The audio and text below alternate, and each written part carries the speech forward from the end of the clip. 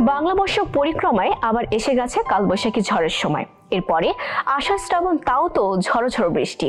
তার মানে মোটামুটি আগামী কমাস ঝড় বৃষ্টি মাথায় নিয়েই আমাদের চলতে হবে। তাই সে অনুযায়ী আমাদের কিছু প্রস্তুতি নিতে হবে। থাকলো কিছু ছোট ছোট টিপস, যেগুলো হঠাৎ করে কারো কাজে চলে আসতে পারে, যেগুলো নিজের সুস্থতা আর জীবনের নিরাপত্তার ক্ষেত্রে একটু মেনে চলা, যেন প্রতিটি ঋতুতেই আমরা সুস্থ থাকি, উপভোগ করতে পারি প্রাকৃতিক সৌন্দর্য।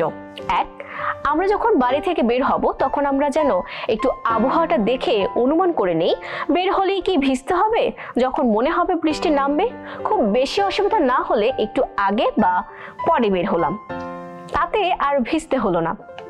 দুই, ঝড়ের দিন যখন এসে পড়েছে আর আমাদের যাদের নিত্যদিন বের হতে হয় তারা যদি তাদের ব্যাগে একটা পানির বোতল, ছাতা অথবা রেইনকোট, সাথে একটা তোয়ালে টাইপের রুমাল রেখে দেয়, তাহলে বিপত্তি কিছুটা কম হলেও হতে পারে। তিন, যাদের নিত্যদিন বাইরের কাজ একটু বেশি থাকে তারা যেন বৃষ্টির দিনে তাদের জুতোর প্রতি বিশেষ খেয়াল রাখেন। বৃষ্টির দিনে পায়ের জুতো এমন হওয়া উচিত যেন খুব পিচ্ছিল না হয়। চার, বৃষ্টি ভেজা দিনে বৈদ্যুতিক পিলারের সাথে লাগা যাবে না, তাতে করে বিপদ হতে পারে। পাঁচ, ঝড় বৃষ্টির মধ্যে বারান্দা কিংবা বাড়ির বাইরে দাঁড়ানোর চেষ্টা না করাই ভালো, হঠাৎ বজ্রপাত হতেই পারে।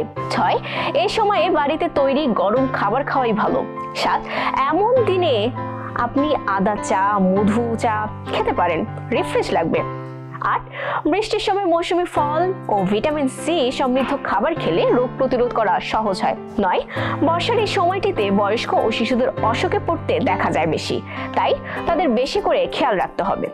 10, এই সময়টাতে জলাবদ্ধতা হয় আর সেই সাথে মশার ও উপদ্রব বাড়ে, তাই যতটুকু সম্ভব পরিষ্কার পরিচ্ছন্নতা রক্ষা করে চলতে হবে। একটু সচেতন হন, নিরাপদ ও সুস্থ থাকুন।